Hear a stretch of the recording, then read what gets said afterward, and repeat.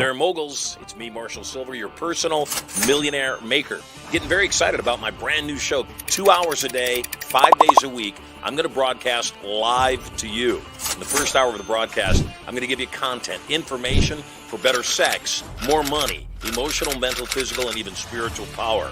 I'll also invite some of my cool multi-millionaire and billionaire friends onto the show to give you more direction, more advice, more strategies and gambits for having it all.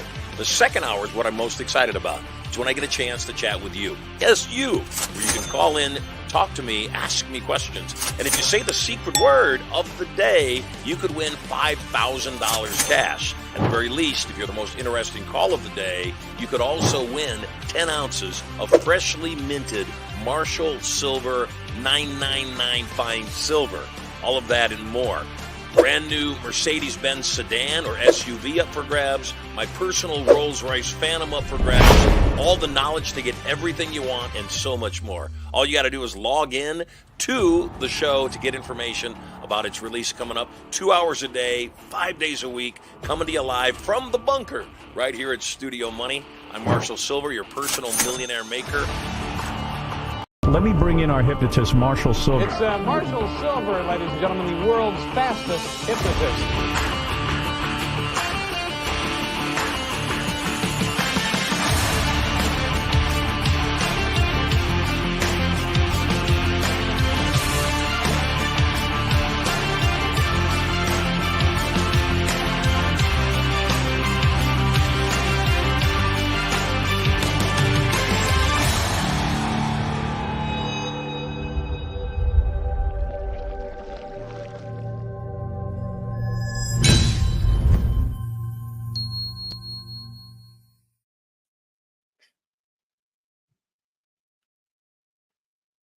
Hello there and welcome home. We are live. We are live at Marshall Silver Live. Glad to see you now. Hey, we got $10,000 up for grabs today. $10,000. We're not just your ordinary call-in show. We give away cash. We also give away 10 ounces of pure silver every single day to the most fascinating caller that we have calling in. If you'd like silver, and who doesn't these days, then by all means, make sure you take down the information and give us a click and call in during the second part of our show.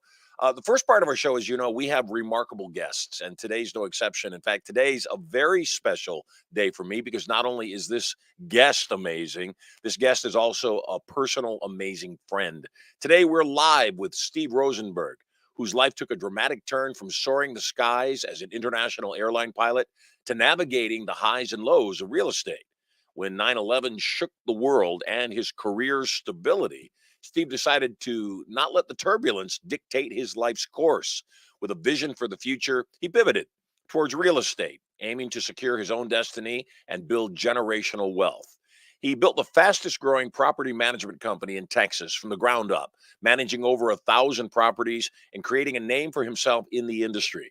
It didn't stop there, though. Flipping houses, wholesaling properties, sharing his knowledge on platforms like BiggerPockets, and so many more. Steve's become a beacon for aspiring real estate moguls. Beyond the deals and properties, he's a cool guy.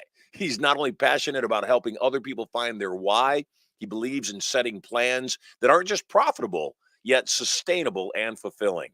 So whether through his books, his speaking engagements, one-on-one mentoring and coaching, Steve is a guiding light to make sure that his life is a positive, powerful, productive impact, touching lives far beyond the realm of just real estate, touching lives in so many ways. It is with great pleasure I bring my personal friend, Steven Rosenberg, to the show. Welcome home, Steve. Glad to have you here.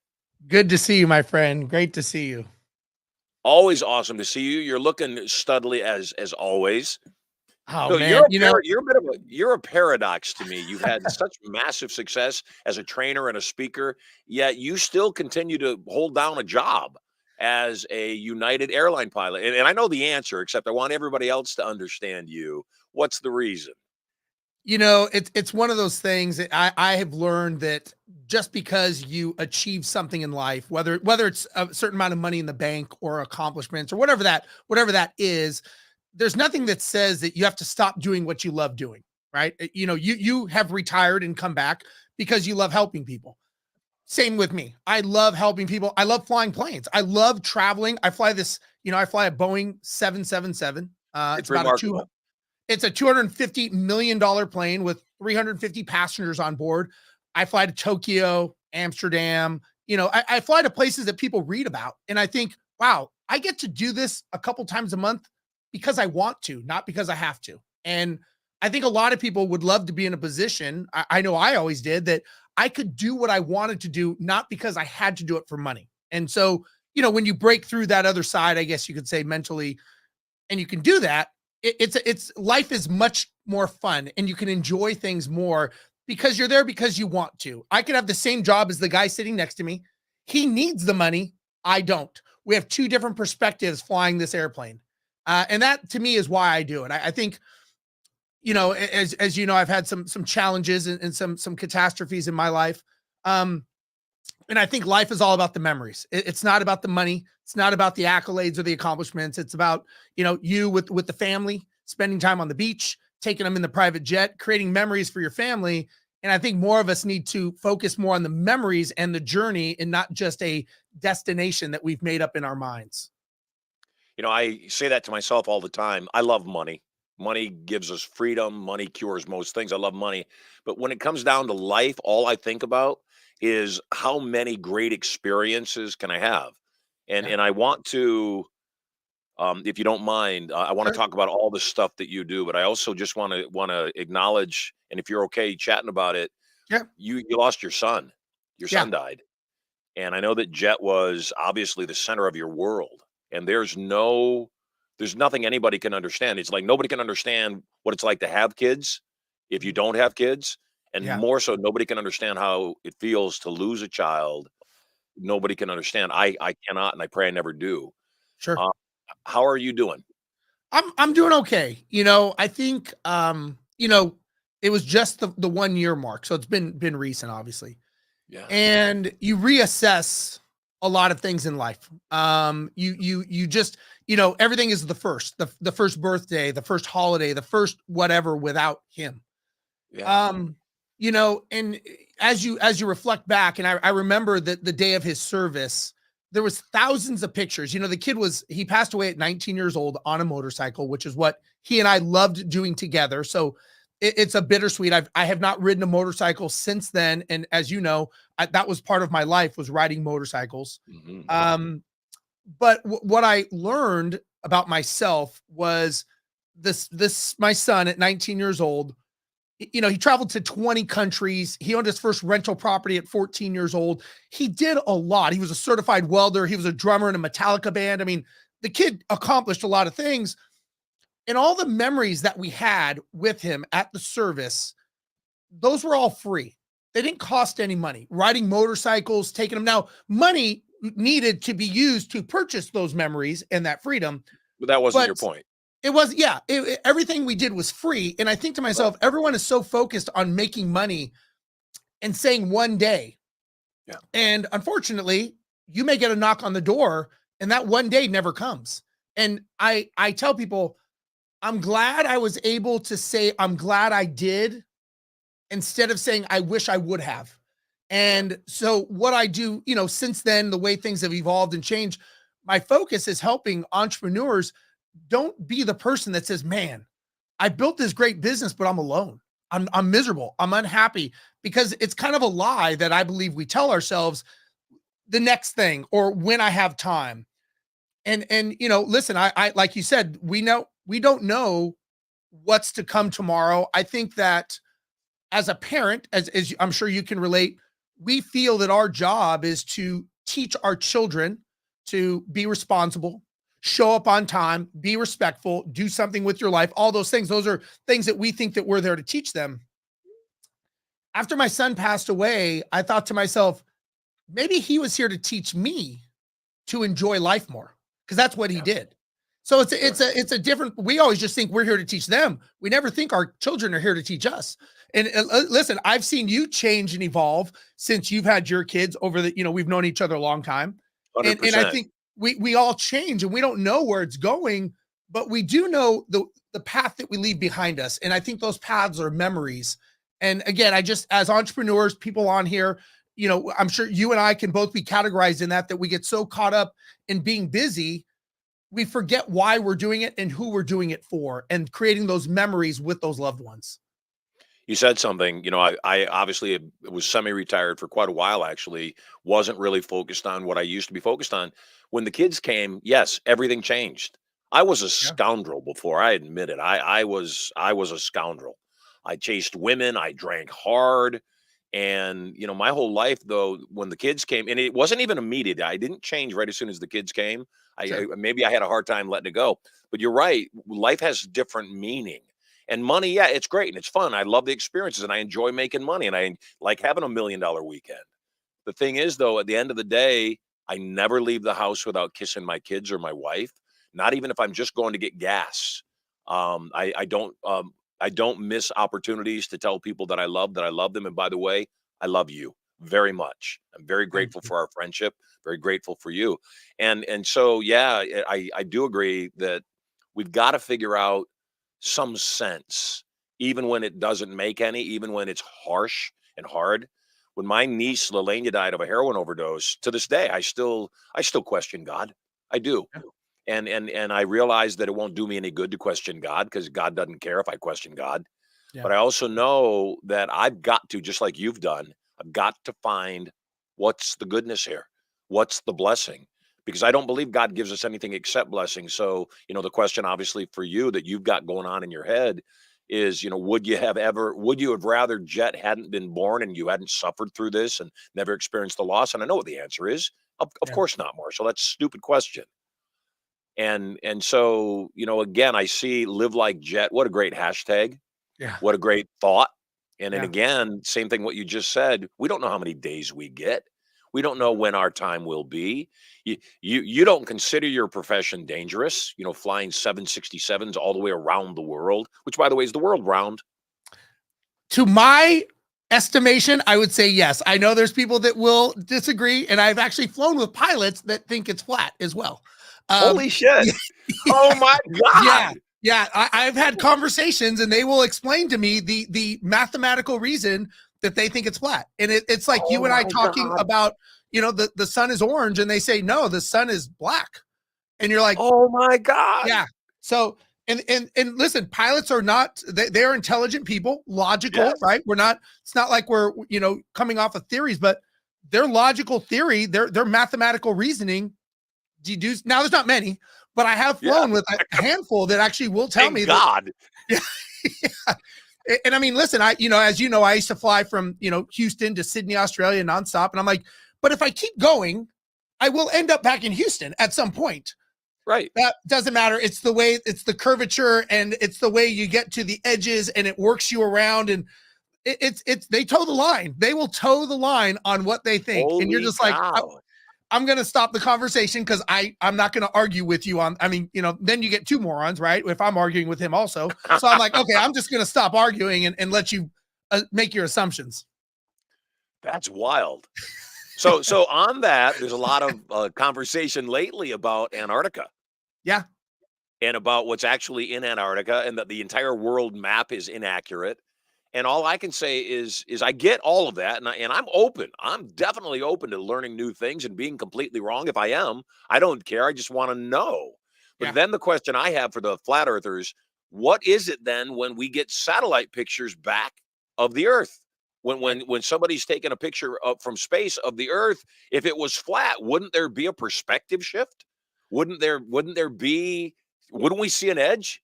Because no matter where the picture's taken from, it's round. That doesn't make Yeah. any sense.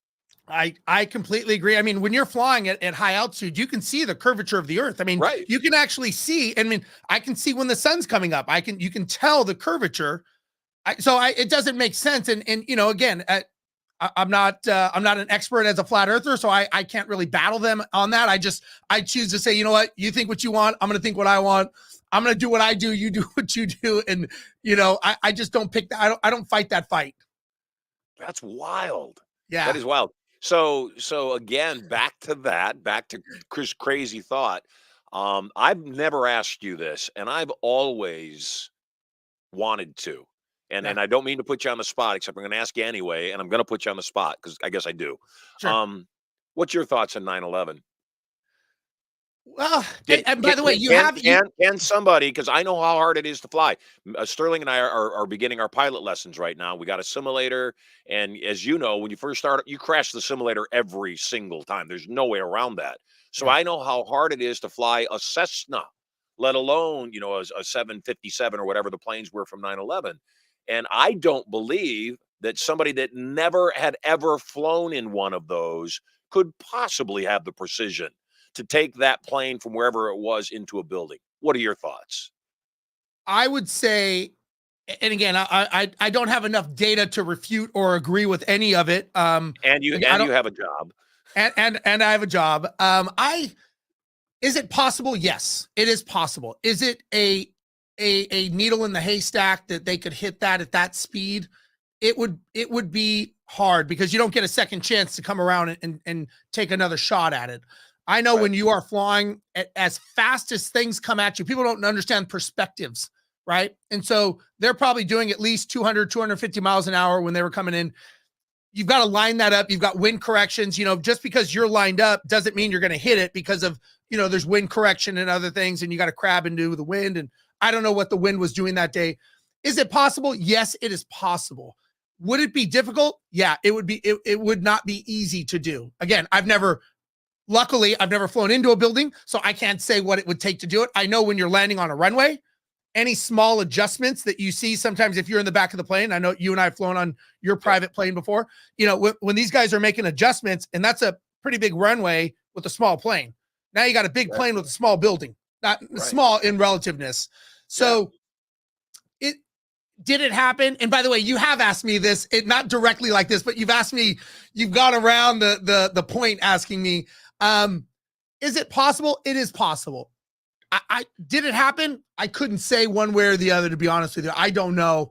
Again, I don't really have a dog in the fight. I do know, I have a good friend of mine that he lost someone in the Pentagon accident.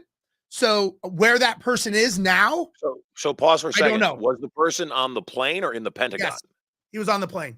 Got it. One of the pilots. Got it. So Because those were United flights, weren't they?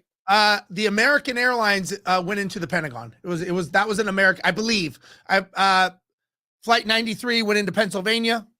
Another one went into Trade Tower 1, and then American went into Trade Tower 2, and then one went into the Pentagon, if I recall correctly. Right. And then Trade Tower 7, which also fell, was never touched. Correct. That's my understanding from the heat. Well, Wow. so whole other conversation, I guess. Yes. Because all the buildings around there that were hotter didn't go down. Correct. So back on that thing though, and again, I don't want this conversation to be dominated by this because you got so much great stuff to share. But it would have been difficult for a pilot to pilot the plane with that kind of precision if they'd never flown it. But then for a second pilot to be able to do the same thing on the second tower, Yeah. near impossible, correct? It would be, listen, these are very, very complex aircraft. This is like driving a NASCAR Formula One type vehicle. So when you are flying a Boeing, one was a 767 and I believe one was a 757. I'm certified to fly in both. These are not easy planes to fly. So you'd have to have a lot of training. I don't think there's such a thing as luck. I don't think anything happens by chance. I believe that either they were very good, they were being guided. If I had a dot and that dot was pointed at something, I'm going to go right to that dot. If a laser was pointed at that plane, at that tower, and you were going right to the dot laser, you'd be able to probably hit it better than trying to guide yourself or someone talking you in 5 degrees left, 10 degrees right. And I don't know that would happen. I don't think it did, but I'm just saying if I was thinking about this, I would see those things as options or possibilities. Fascinating. Just fast. I could add, we need to have this conversation. Now that I don't drink, we need to have this conversation. Yes. Yeah. So let's talk about I'll come you. to the beach house. Yeah, obviously, you made some turns and some shifts. We've got some history. I am one of the people I know. I'd like to take full credit for inspiring you to become a speaker. From the moment I met you, I said, this guy's dynamic. He's charismatic. He communicates well. He's going to just absolutely crush it from the platform. Talk to me about how your speaking career has gone. Sure. So as you mentioned, Pete, my business partner, and I, we sold our company to a venture capital firm. After I sold that to a venture capital firm, I became a vice president for And the them. company you sold was a property management company. Correct. Yes. We had a property management company. We were at about 1,000 properties and we scaled it. And one of the reasons they wanted to acquire us is they said, we've never really seen a company that has grown and scaled that's running on its own. And I explained, well, being an airline pilot, systems, processes, procedures, checklists, this is how an airline runs, which is how a business should run. Very interesting concept to them. 60% of our company was outsourced to virtual assistants in Mexico. So we were able to bring our labor costs down exponentially low. And they just had not seen that combination. And we were growing amazingly fast, or organically. We were not buying and rolling up other companies. We were doing it because I learned right person, right seat. My role was the visionary. Pete, my business partner, his role was the integrator. So I was the guy on stages. I was speaking. Everybody wanted to know, how does an airline pilot build a company? Well, I didn't build the company. I was just the front viewing of it. After we sold, I became a vice president for them. They had about 10,000 properties out of Silicon Valley. And I started becoming the face for them to the investor world, to the real estate. And that's when I started doing stuff with BiggerPockets and other people along those lines with their backing, essentially. After my time was up, I had a 2-year non-compete with them. After I was done, people started saying, hey, could you show me how you built that business and systemized it with the airline ideology, checklists, processes? So it started in real estate because that's obviously what I know and what I've known, and property management. And then, as you know, you and I spoke one time on stage at a roofing conference, a roofing convention. And I started realizing there's a lot of other industries and trades that said, hey, wouldn't this work in my industry? And I said, well, yes, it can. Could you help me? And I started showing all industries, trades, contractors, roofers, any doctors, showing them how to run their business with processes, procedures, structure. And, you know, you and I credit you every time. You and I were at your house, and I remember you said something to me. You said, Steve, I noticed you don't talk much about your flying when you're on stages. And I said, you know, Marshall, I don't think people are interested in that. And I remember you said, Steve, don't take this the wrong way, but that is the most interesting thing about you. And I thought, really? He said, and I don't know if you remember that. We were at your beach house. And he said, because the rest of you was just flat out boring, dude. Exactly. I mean, anyone could do these things, right? And, you know, going through this process, I started talking to people. Everybody wants to know, what do we do behind that door? How do you handle 1,100 checklists? What do you do when the engine's on fire over the South Pacific and you need to find a place to land? And how is that relatable to my business? Because it's all relatable. And so that's what started the connection. And so what I'm doing now is I work with businesses, business owners of all types. And not only do I show them how to process and structure their company, but as you know, it's here. Are they a $10 million CEO? Do they walk like it? Do they talk like it? Do they act like it? If they're not a $10 million CEO first, they're never going to build a $10 million company. And so they have as you know, the programming is wrong. So sometimes we have to go down and we've got to figure out, where are they going? I use the analogy again with flying. I ask people, if I got on the plane with you, we got up in the air and I said, hey, Marshall, do you want to go to Hawaii? Do you want to go to Rio? Do you want to go to London? I've never been to any of them. I don't know how much fuel we have. I have no idea what to do if we have an emergency. I don't even know what the runway looks like, but I got a good gut feeling. I feel good about this. What are the odds that we're going to make it? Slim to none. And so, we're going to die. And I explain to people, when we run a flight, the first thing we do is we start in Hawaii and we work the flight backwards. How much time does it take? How much fuel do we need? The weather, the routing, alternates, emergency routing, all of that is built with the definition of us landing in Hawaii at 8:53 a.m. So we start with the end and we work it backwards, okay? And I tell people, that is a flight plan. What is the difference between a flight plan having a final destination and a business having a goal with a business plan? And then I ask people, do you have a business plan? No. What are the odds that you're going to make it? You don't know how much fuel you need. You don't know where you're going. You have no idea what to do in an emergency. You got a good gut feeling, and that's it. And this is why businesses crash and airlines don't. And so that's how I explain to people. So are you using that tagline? Are you using that tagline? Yeah. That's beautiful. Yeah. Yeah, I love that. Why businesses crash and airplanes don't. It's that's and everyone that's profound. And listen, I've got clients that are doing anywhere from, 50,000, 500,000 a year to 50 million.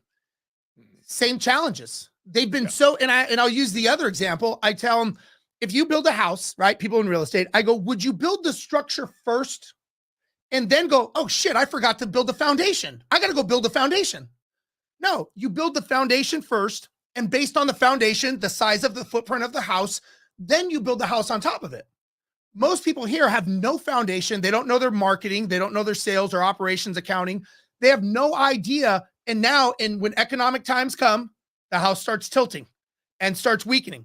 And they don't understand why, because they never built the foundation, meaning a business plan, and have the right people in the right seat.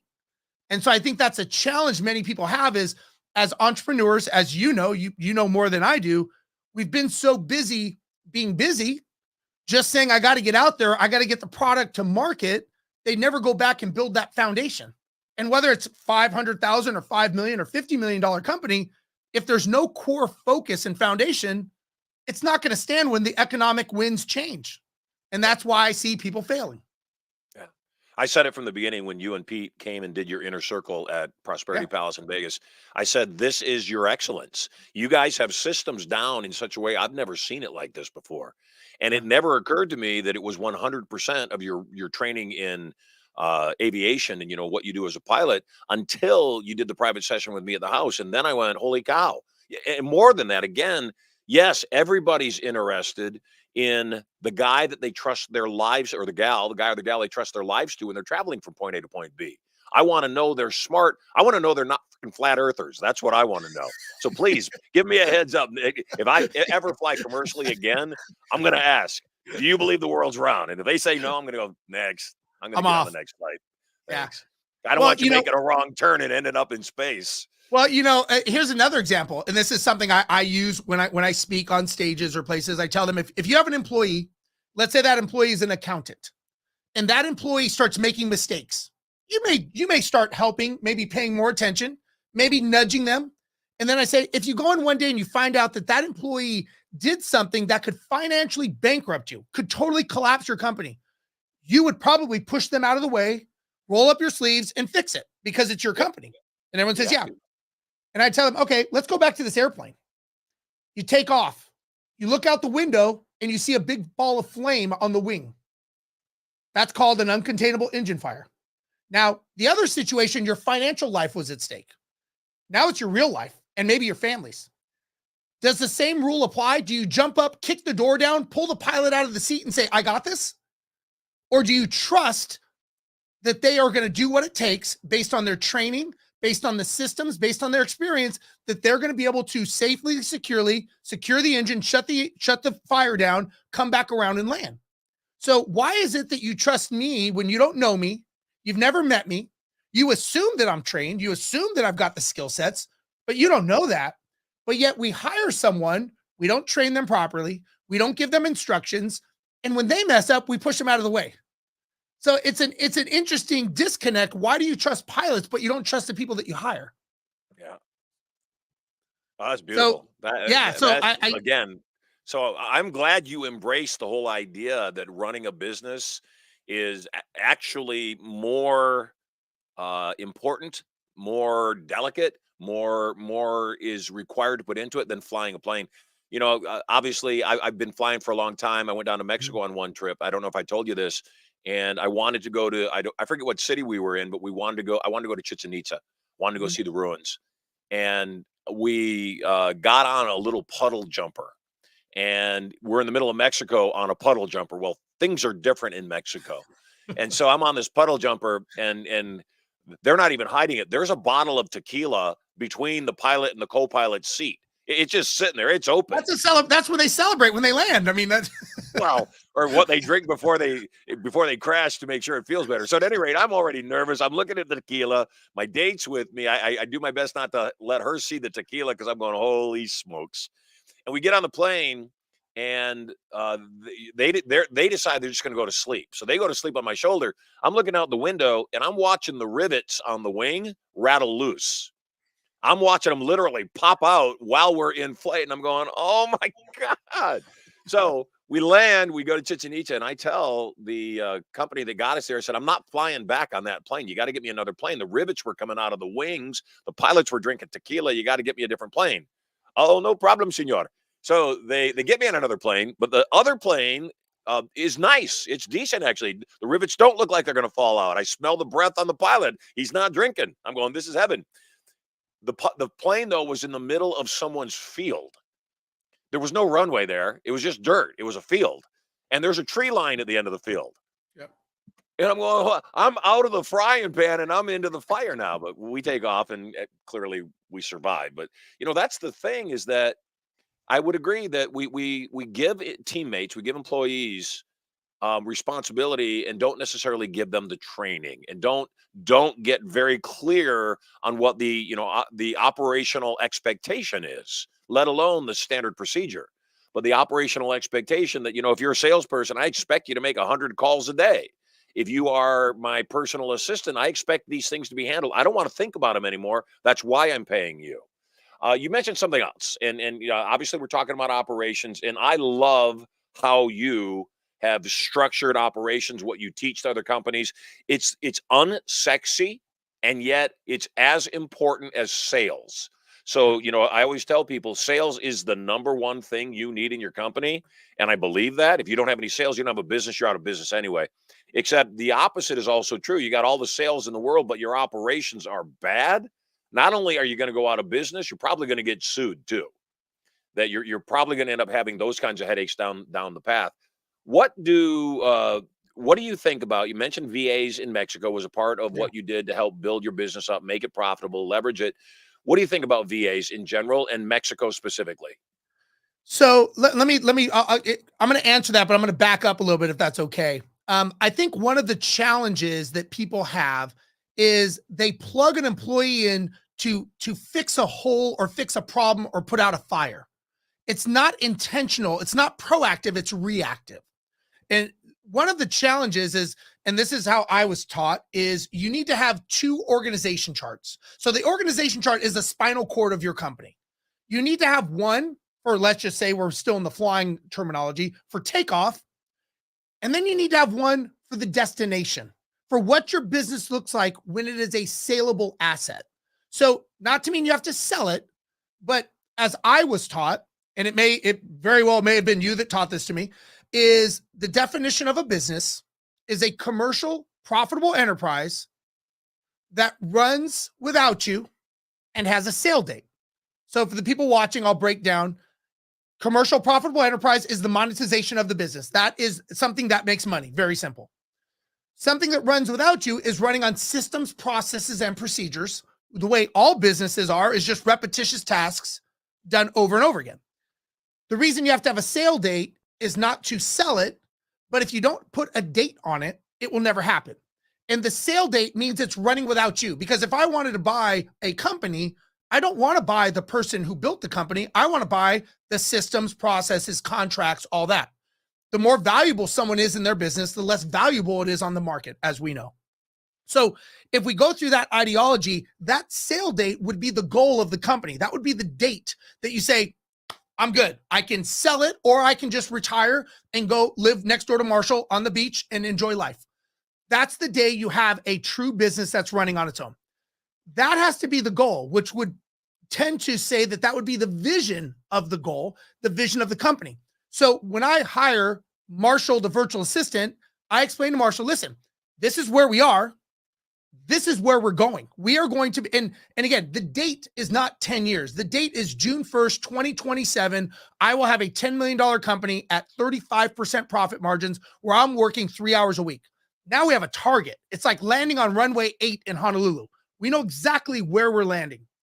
So if we go through this ideology, VA Marshall, do you understand where we're going?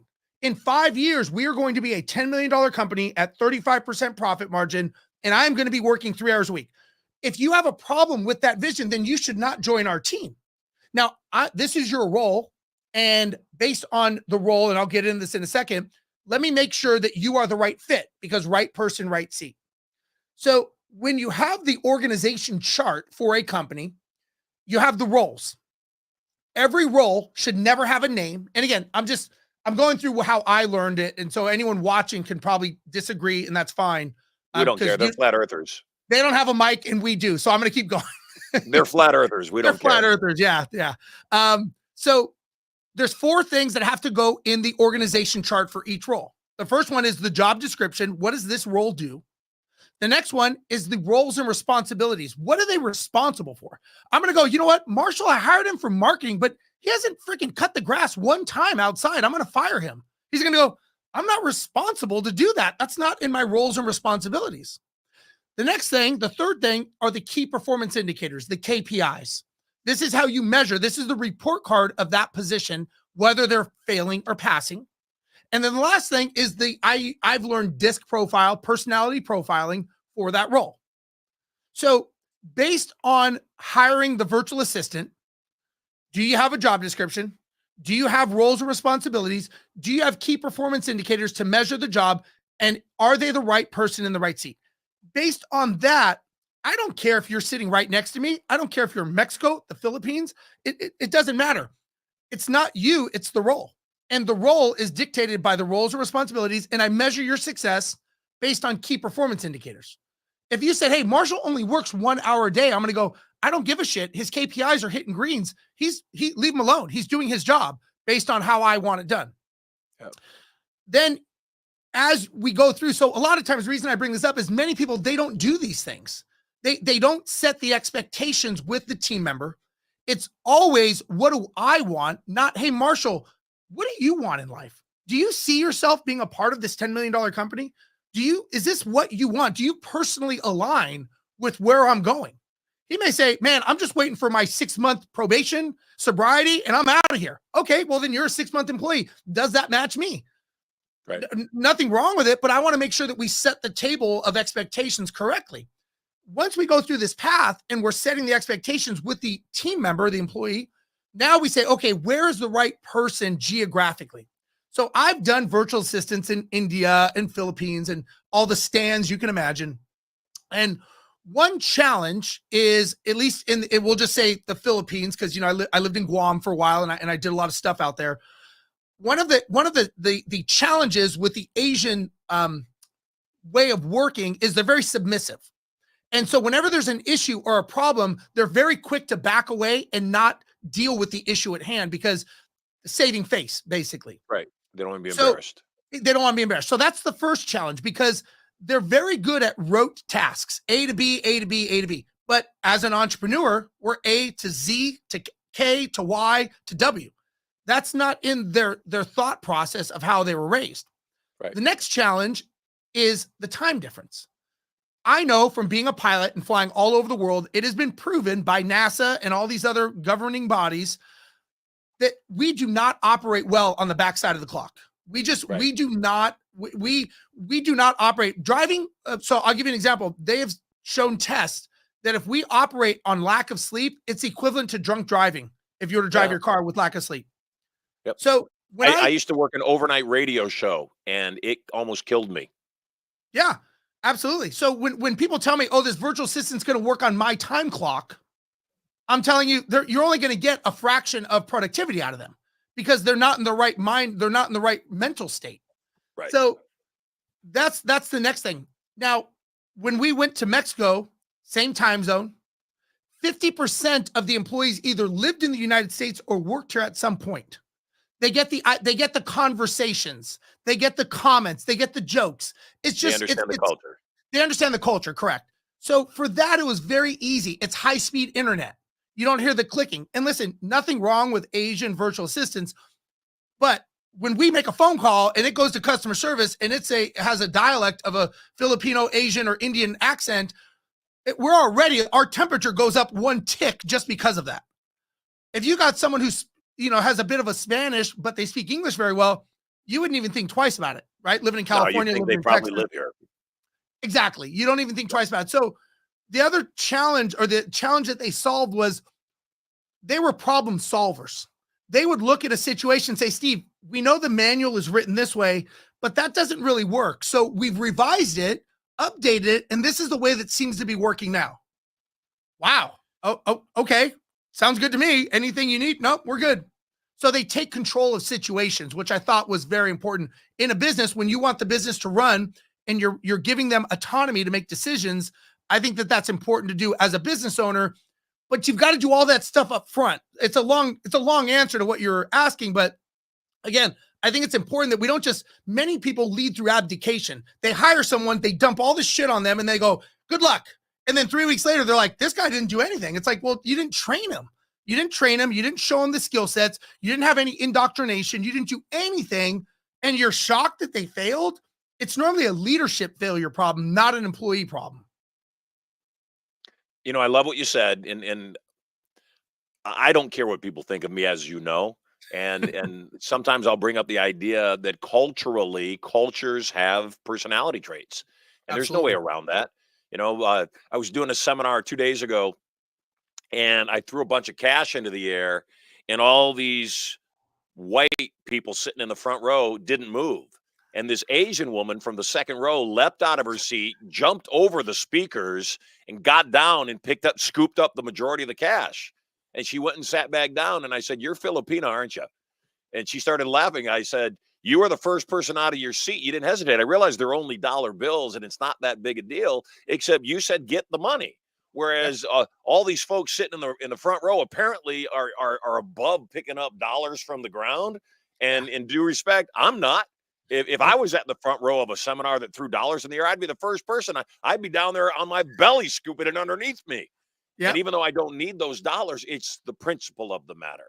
correct. And so I would agree with you that yes, most of the Asian VAs that we work with, whether it's the Philippines or even Pakistan or any of those other places, they are concerned about not doing something wrong. Whereas I would wholeheartedly say the culture in Mexico is get it done. That's the culture. Whatever it takes, get it done. If we got to jimmy rig it, get it done. If we got to build a building, okay, what kind of a building you want? What do you want the layout to be? And then they sit, and there's videos all over the internet of a guy building this gorgeous, beautiful spa and pool out of what?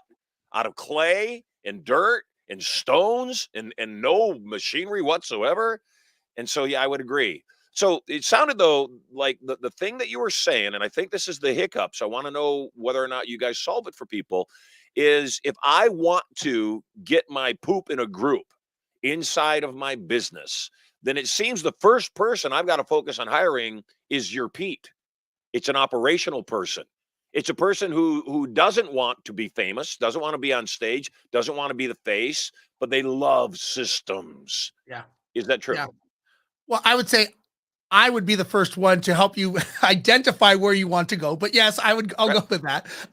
But yes, first you've got to make sure you know where is the company going, right? Because just to be clear, I'm not that organizational person. Yeah. So if I hire a lot of people to do tasks around me, it's gonna happen again and again. I'm not gonna train them. I'm guilty of that. I admit it. Right. Yeah. But if I hire an operational person and I say, I need you to put the people in place that we need, and I need you to be sure we have a system of training them, then that would make sense. So is that not the first person or what? Yeah, so you're correct. So a business, any successful business out there, if you look back in the history of time, there's a visionary and there's an integrator. The visionary are people like you and I. We're the ones that love going out there, shaking hands, kissing babies, going on stages, having a good time. That's what we do. We are influential, right? We are actionable. We get things done.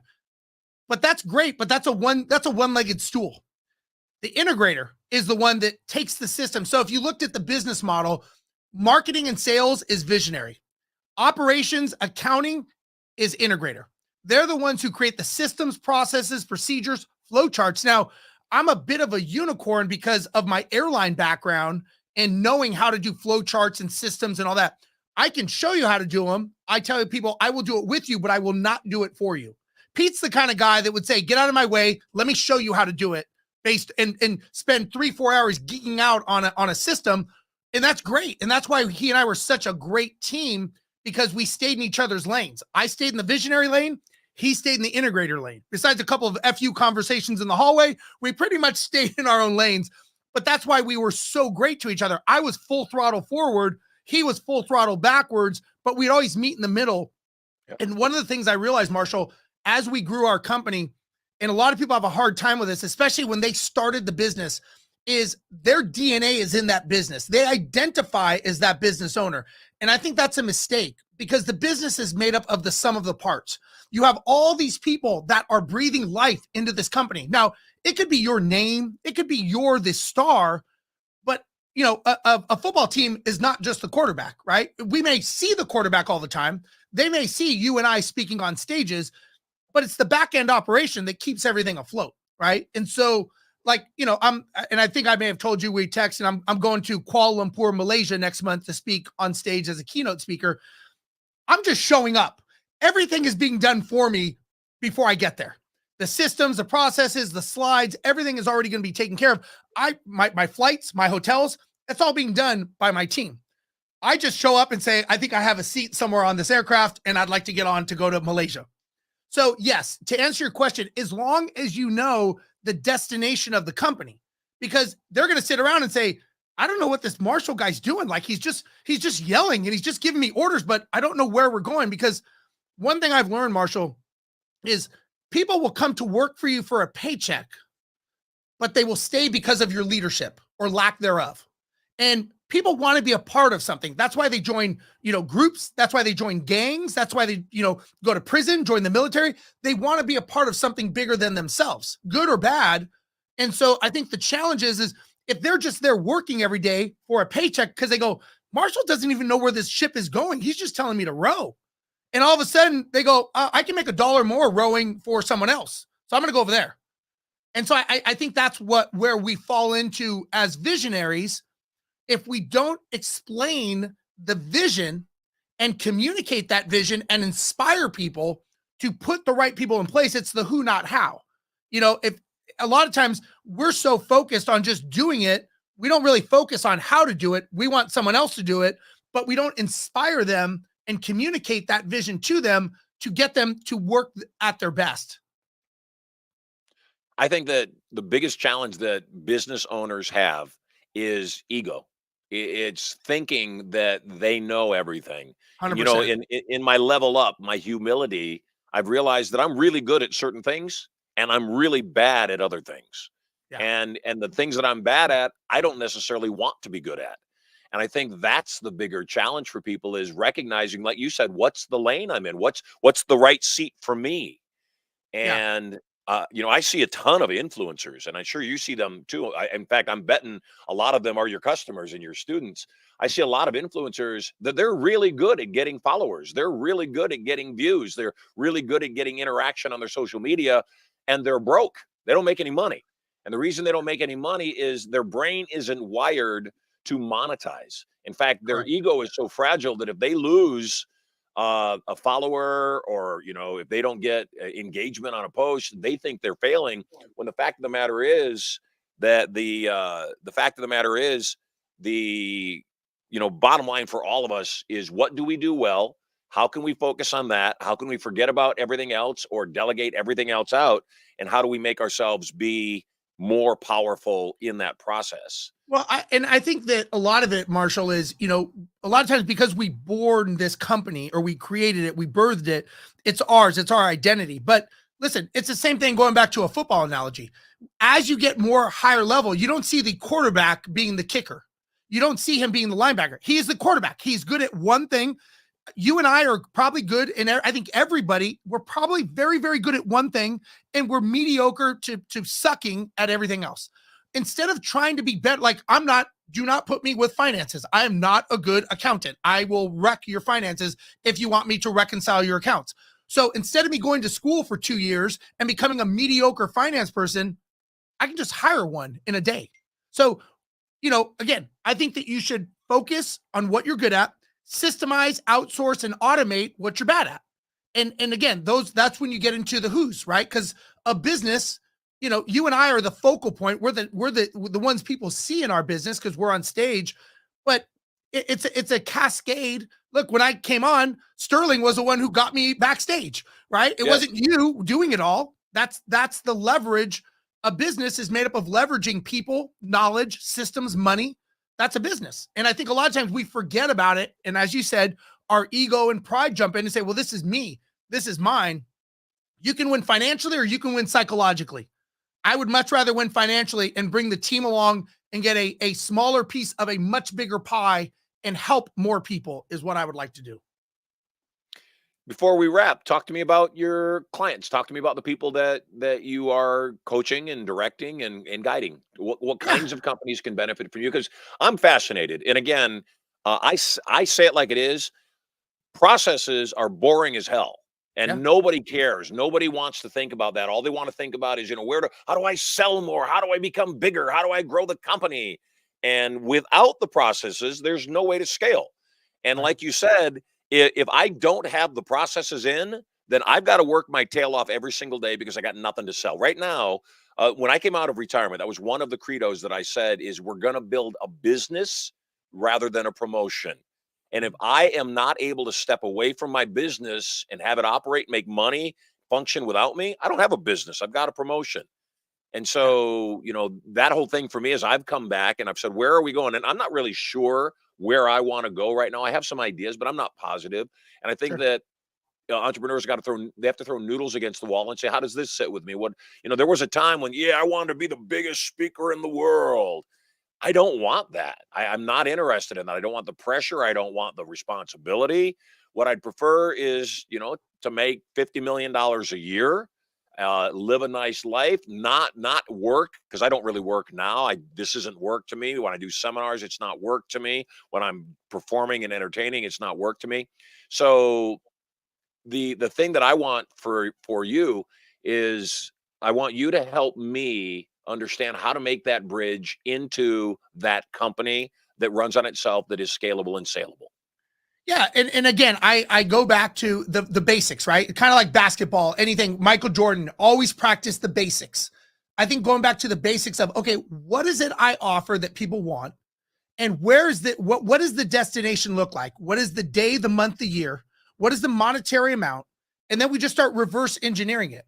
And then we look at the foundation, like the foundation of a house. It's made up of 5 principles. You've got marketing, which makes the phone ring. Sales answers the phone, converts them to clients, or decides they're not going to be a client. Operations processes the order. And if operations does a good job, you will get 2 things. You will get a repeat customer and you will get a referral.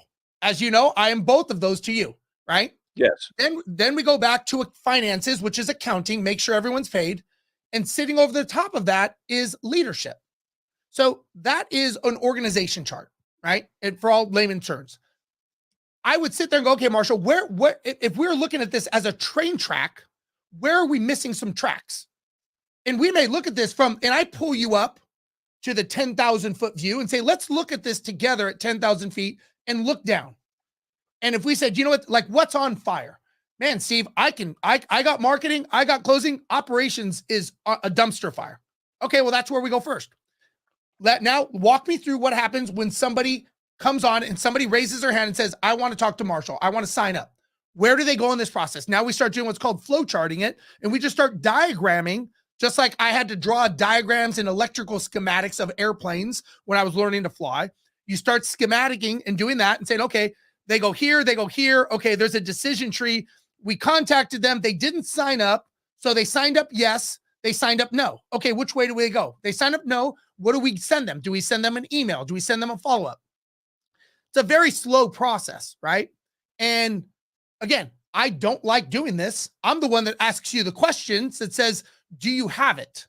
If you don't have it, we need to create it. Now, we got to go through this process. Nobody knows your business as good as you. I could sit there and say, Marshall, I just created your systems for you. And you're going to go, Steve, this isn't even close to how I operate. So for me to do it, it doesn't make sense. For me to pull it out of you and have those questions, because listen, the one thing that, Boeing and the airlines has spent, for the last 26 years as a pilot, they have invested millions and millions of dollars in me pulling information out of systems to figure out and come up with solutions. I don't even say solve problems. You and I, we're in the solution business. That's what we do. Yep. I just look at a business and say, what is the solution to this? Where are we going? And then the question is that in line with the final destination of the organization chart to be a $50 million company? And so it's one of those things. It's like an inchworm, which, as you and I know, that is what we hate doing, because we just want a full throttle 7th gear and just go through it. But it may not be you that has the conversation. It could be the integrator. And the integrator has to learn you, has to understand you, has to model you, and then start implementing it.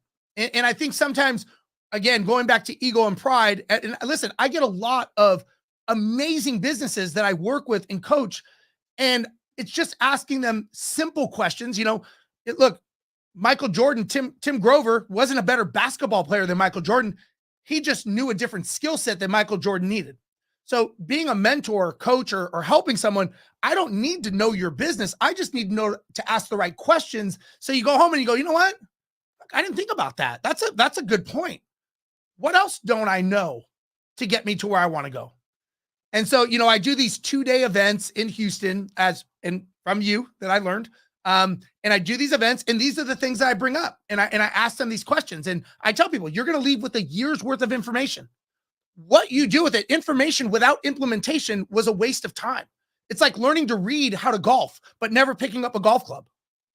You wasted all that time reading the book. You've got to implement it. And you've got to be able to implement it with somebody being accountable to and saying, that's not right, man. You're shanking way left there. Like, you see that? And that's what I think people like you and I do, is we're able to give that accountability and realistic perspective. Because I tell people, I'm the smartest person in your business because it's not my business. I can look at things objectively. I've got no skin in the game to ensure your success.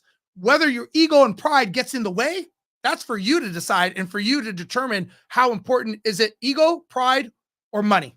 Which one do you want? You can't have all three. Sorry, I went on a rant there.